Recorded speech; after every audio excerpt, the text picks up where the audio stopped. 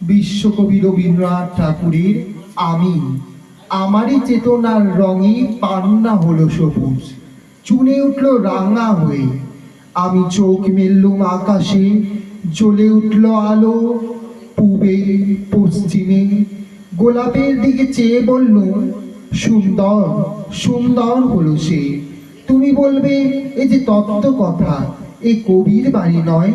আমি বলবো এ সত্য, তাই এ কাব্য। এ আমার অহংকার, অহংকার সমস্ত মানুষের হয়ে। মানুষের অহংকার পটে বিশ্বকর্মার বিশ্বশিল্প। তত্ত্বজ্ঞানী জপ করছেন নিঃশ্বাসে প্রশ্বাসে, না না না, না পান্না, না চুনি, না আলো, না গোলাপ, না আমি, না তুমি।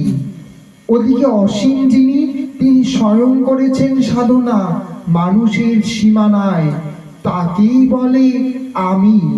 সেই আমির গহনে আলো আধারের ঘটল সঙ্গম, দেখা দিল রূপ, জেগে উঠল রস। না কখন ফুটে উঠে হলো হা, মায়ার মন্ত্রে, রেখায় রঙে, সুখে দুঃখে। একে বলো না তত্ত্ব, আমার মন হয়েছে পুলকিত। বিশ্ব আমি রচনার আসরে, হাতে নিয়ে তুলি, পাত্রে নিয়ে রং। পণ্ডিত বলছেন বুড়ো চন্দ্রটা নিষ্ঠুর চতুর হাসি তার, মৃত্যুদূতের মতো গুড়ি মেরে সে আসছে পৃথিবীর পাঁজরের কাছে। একদিন দেবে চরম টান তার সাগরে পর্বতে, মর্তলোকে মহাকালের নতুন খাতায় পাতা জুড়ে নামবে একটা শূন্য, গিলে ফেলবে দিন রাতের জমা খরচ।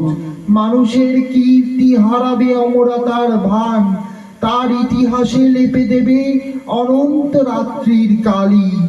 মানুষের যাবার দিনের চোখ বিশ্ব থেকে নিকিয়ে নেবে রং, মানুষের যাবার দিনের মন ছানিয়ে নেবে রস।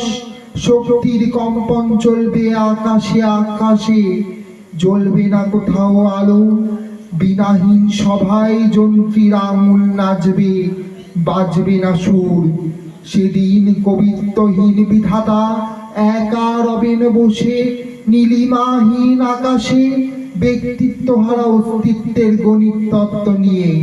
তখন বিরাট বিশ্বভুবনে দূরে দূরান্তে অসংখ্য লোক এলো লোকান্তরে, এ বাণী ধ্বনিত হবে না কোনোখানে, তুমি সুন্দর, আমি ভালোবাসি।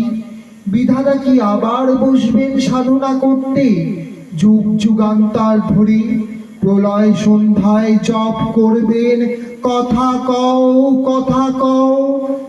বলবেন বলো তুমি সুন্দর, বলবেন বলো আমি ভালোবাসি।